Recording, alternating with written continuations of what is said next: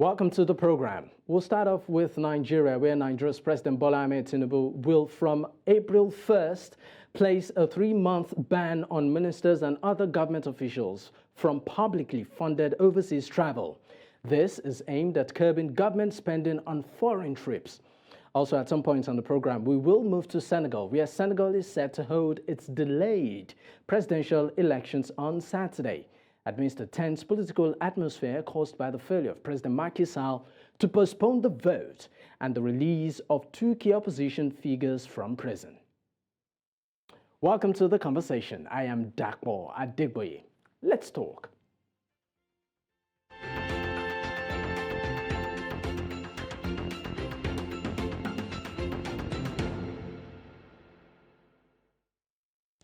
Nigeria's President Bola Tinubu will, from April 1st, place a 3-month ban on ministers and other government officials from publicly funded overseas travel.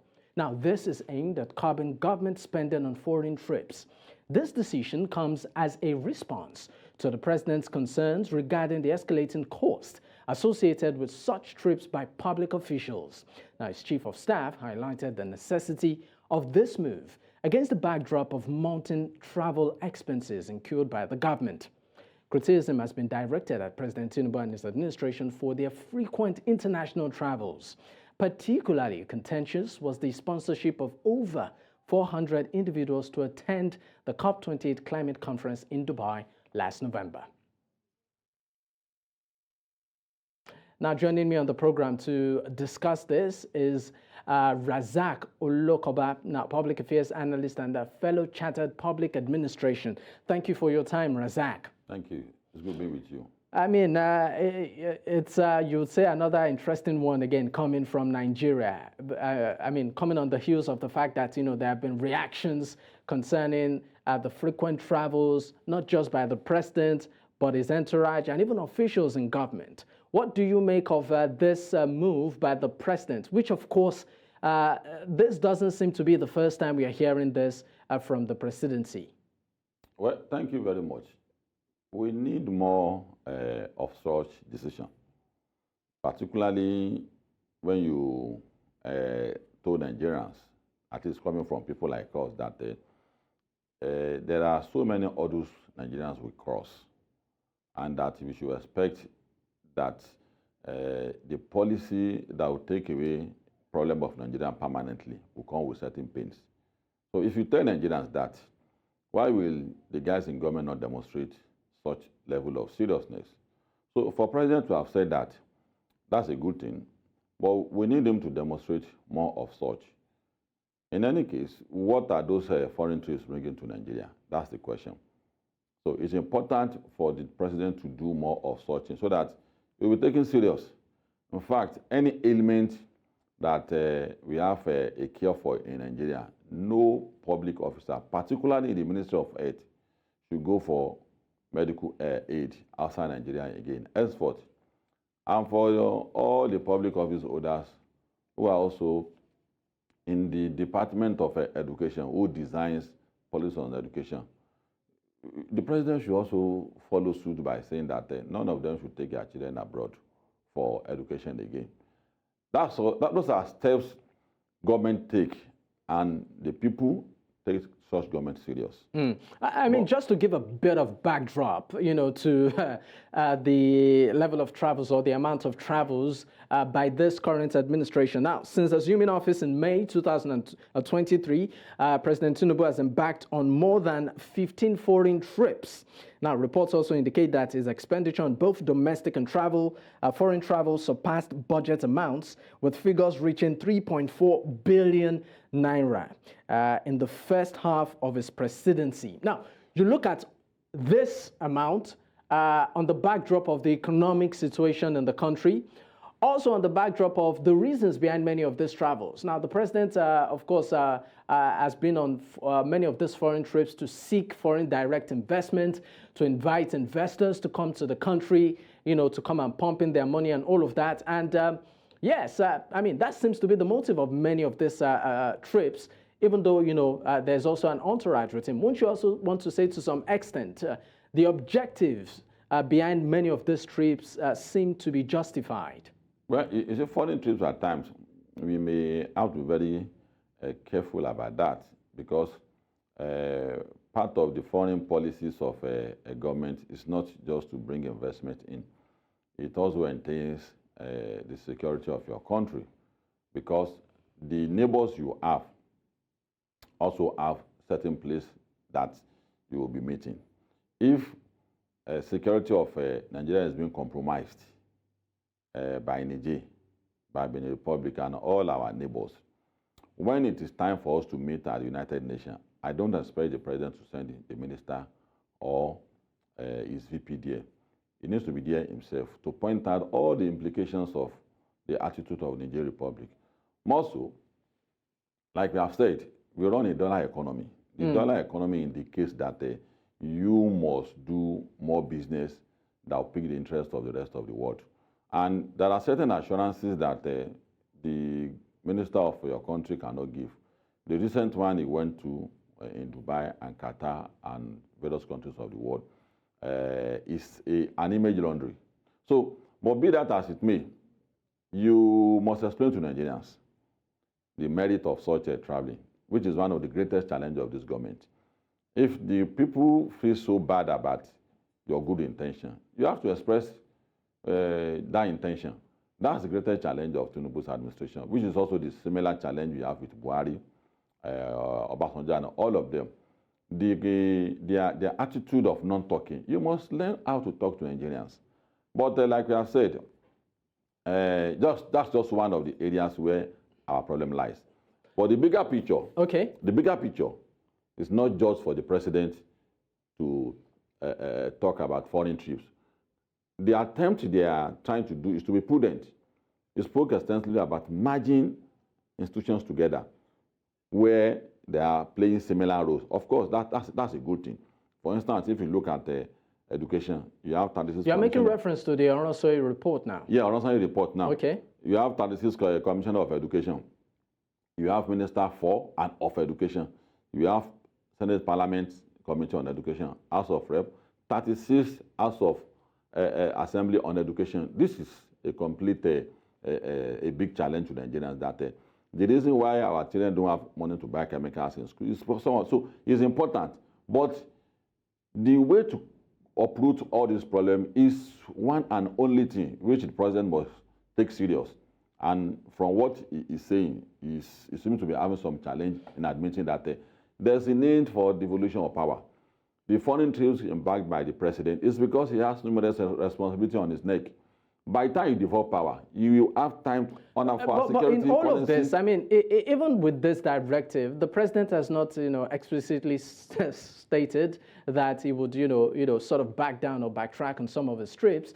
But this time around, he's just talking about the officials around him. I think one of such trips that elicited quite, enormous reaction is the one that on that list had his son on it. Right? I mean, you're saying officials should not travel, make many of these travels on public funds.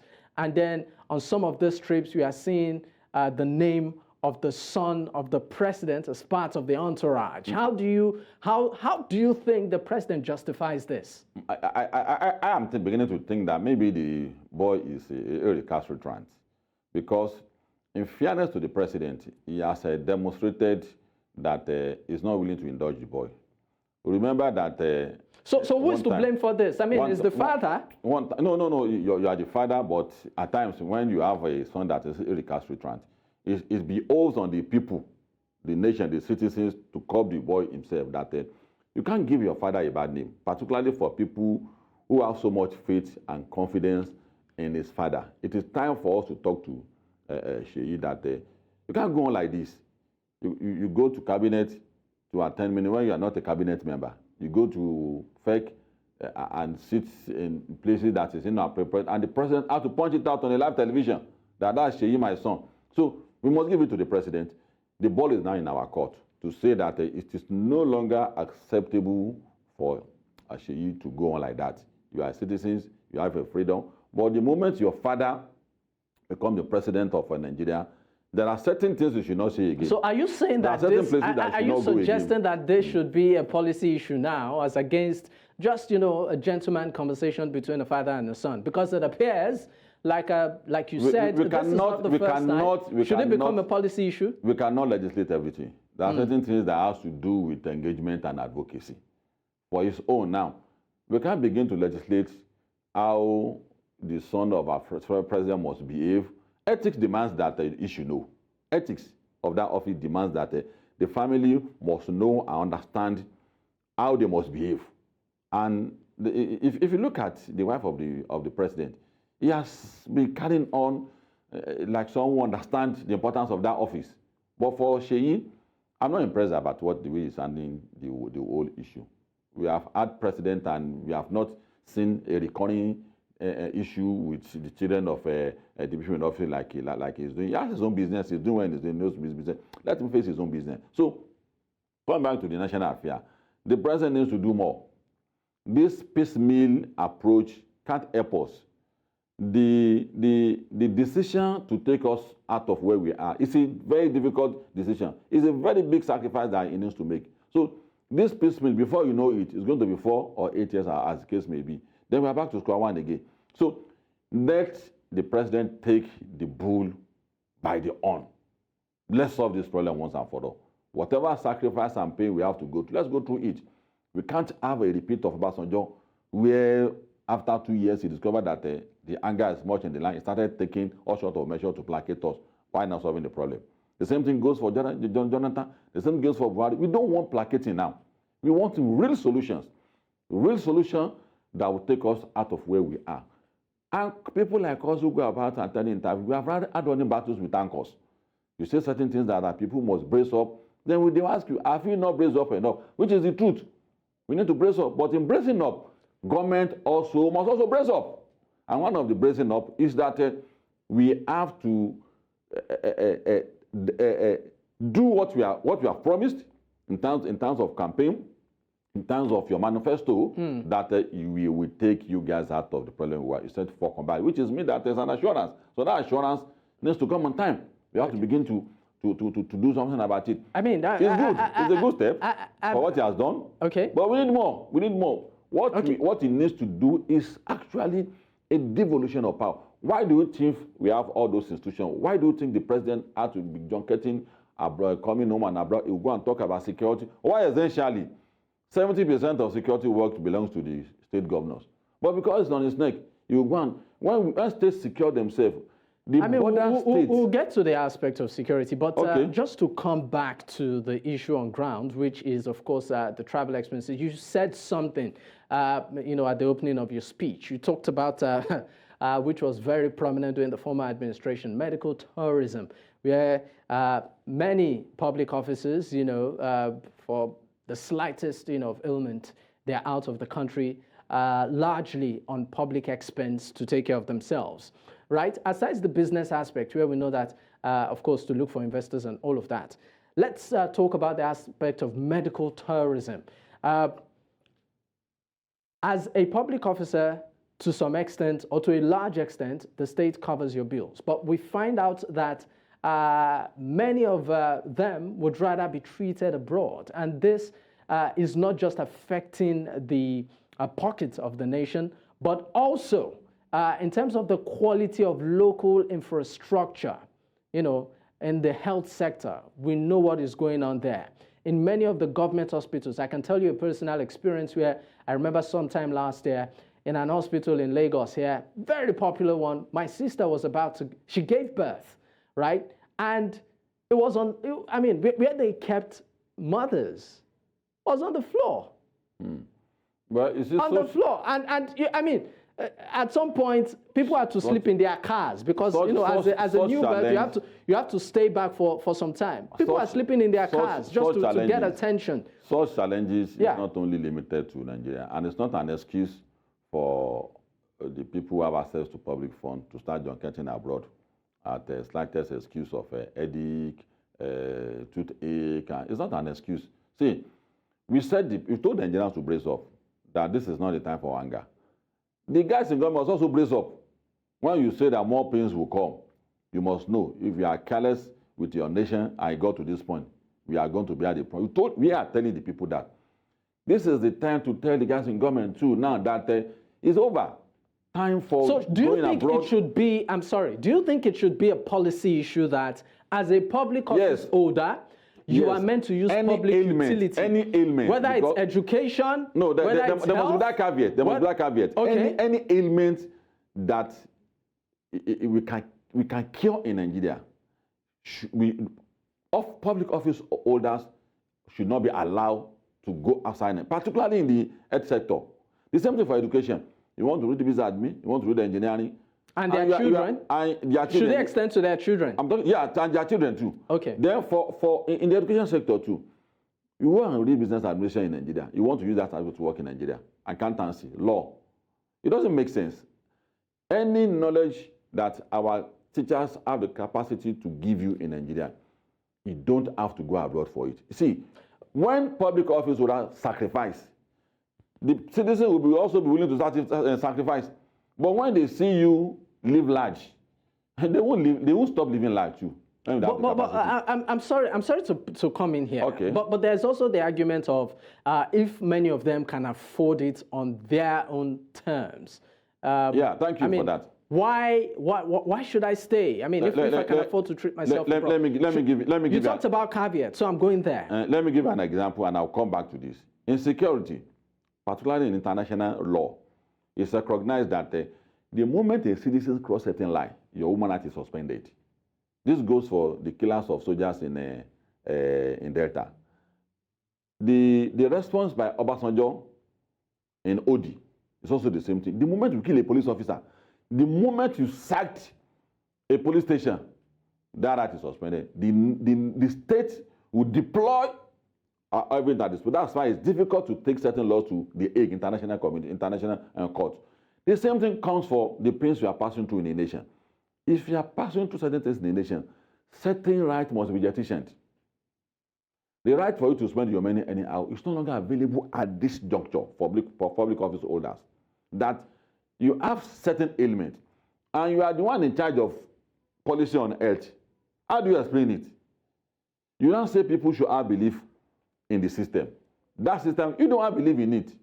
Is that how to move a nation forward? That's not to move a nation forward. So for the president, I see that he wants to test water by what he has done. People are with you. Nigerians are with you on this. Do more things. And that is what keeps Nigerian heads well. That's what brings support for you. That's what it makes you popular. We need you to do more things. We don't want this many one thing. We're not fundamental ones to be done. Like devolution of power. The former president took the courage to say that on railway, if you want to do railway, any state can do it. On power sector, I devolve it. Why is this administration wasting time in telling Nigerians that on power sector, don't come to me, come to your various go to your various governors.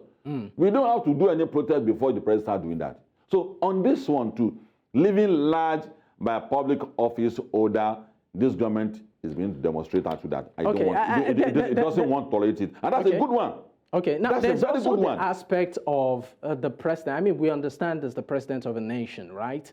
And you would expect to some extent maybe a routine of people. But in the case of Nigeria's president, we usually see, an entourage that can make up an entire community, right?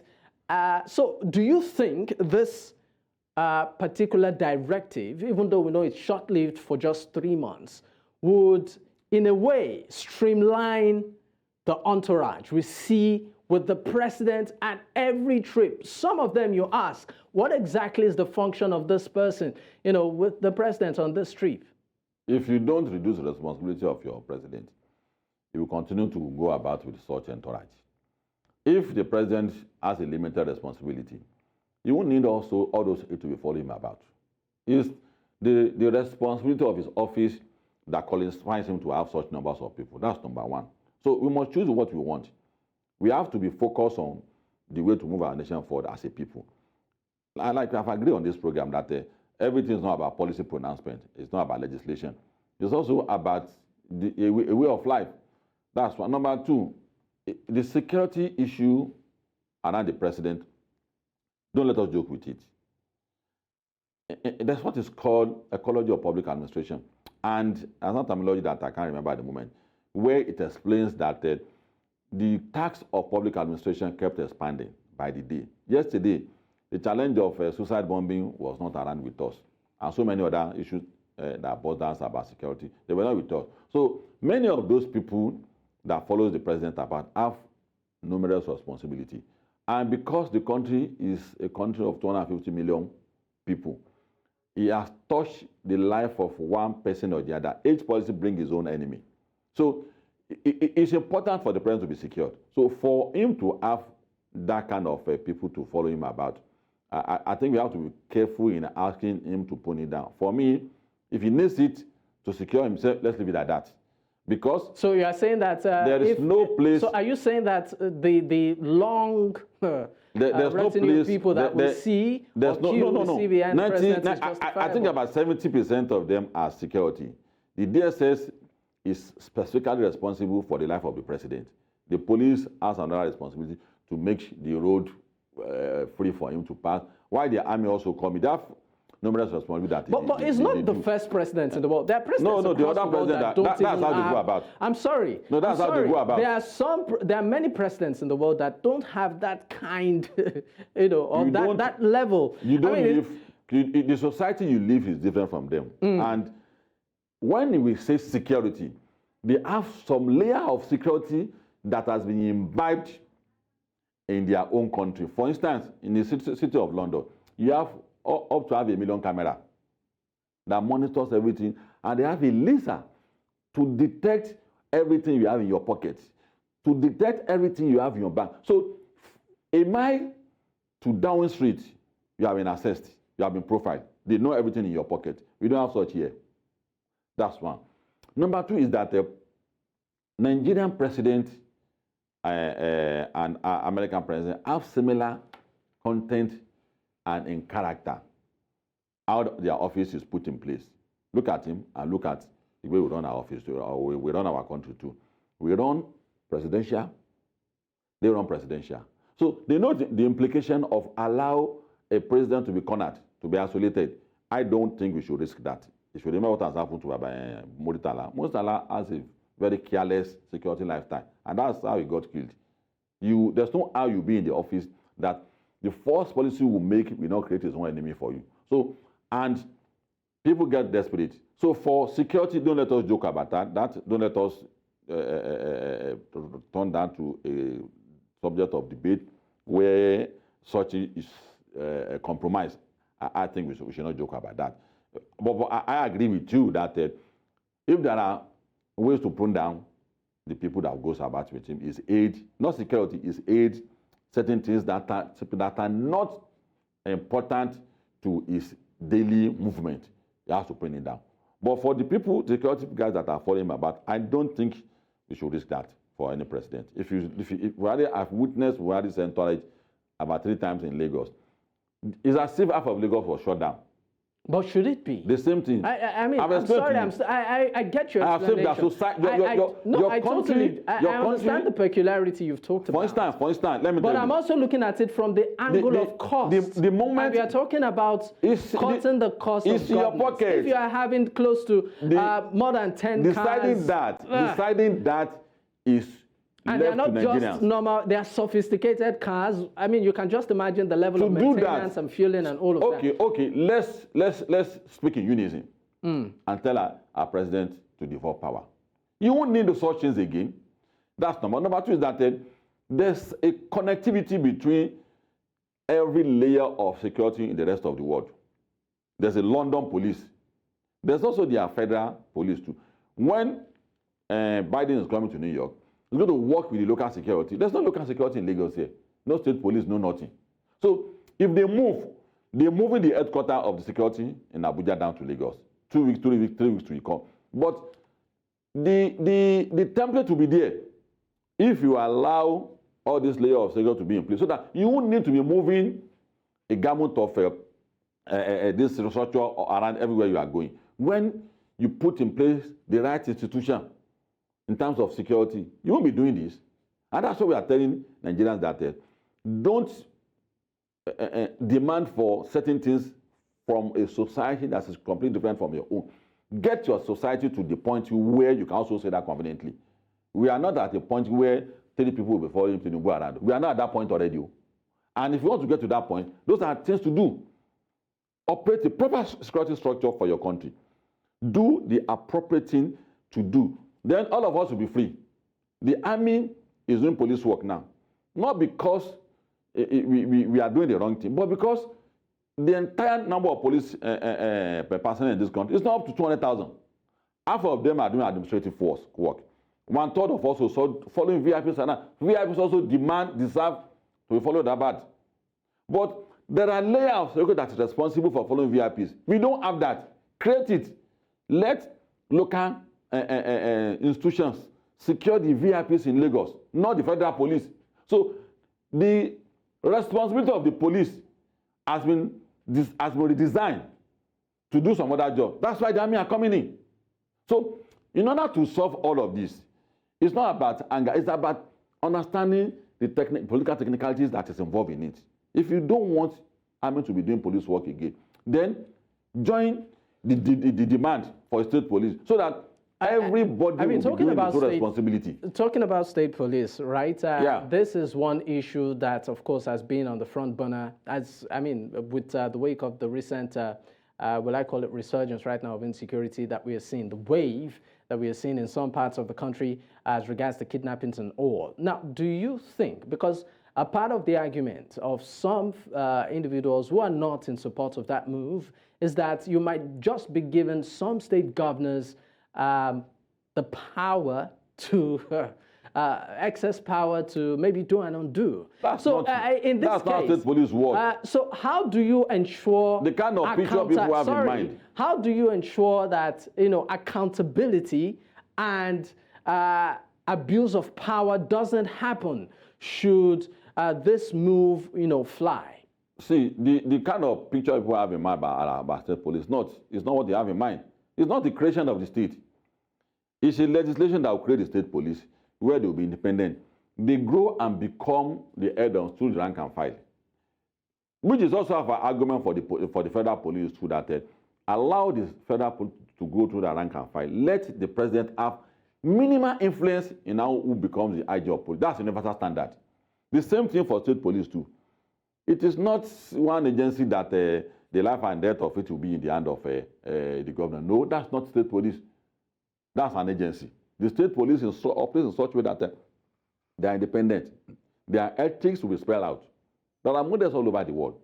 And also, there will be a legislation that will create a barrier for them to become the instrument of anybody. Once that happens, the federal police will federalize such state police.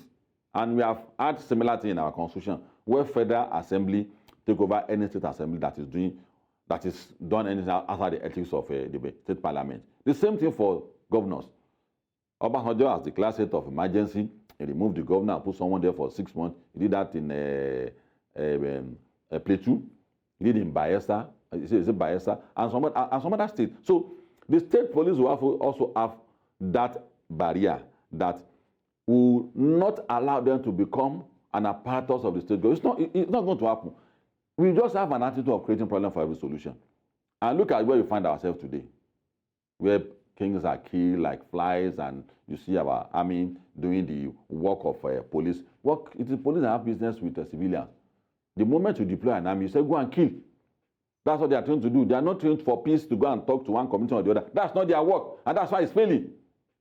So, to have your country back, this is the part. The part is that we must try to explain carefully to the president that the path we are towing, about 4 or 5 presidents have toed that line. The result is where we find ourselves today. There's nothing extraordinary you want to do to think that this vehicle that has been driven by Vice President without repairing it will take us to that promised land. Let us restructure our country. Let's use some other good language. If that is too scary to you, let's do something about structure. The structuring is not a Yoruba agenda. If that is the fear of the North, it's a national agenda, because state police is not a Yoruba agenda. And devolution of power is not a Yoruba agenda.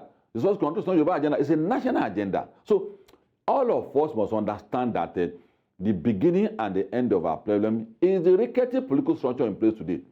Is the one that is messing us up. The president has had enough courage to test water with this. We give him kudos for that. He should do more. It's not a 3-month thing. Throughout the lifetime of his administration, it should be part of the agreement he's going to have the ministers. No time for needless travel abroad. We are fond of doing that. Any shop you enter in any part of the world, once they know you are in Nigeria, particularly a government official, they clear the road for you. That must sort. That image must stay. All right. We are with the president on this. All right, Rasaq, thank you so much for your time on the program. Rasaq Olokooba, once again, we deeply appreciate. Thank you. It's a pleasure being with you.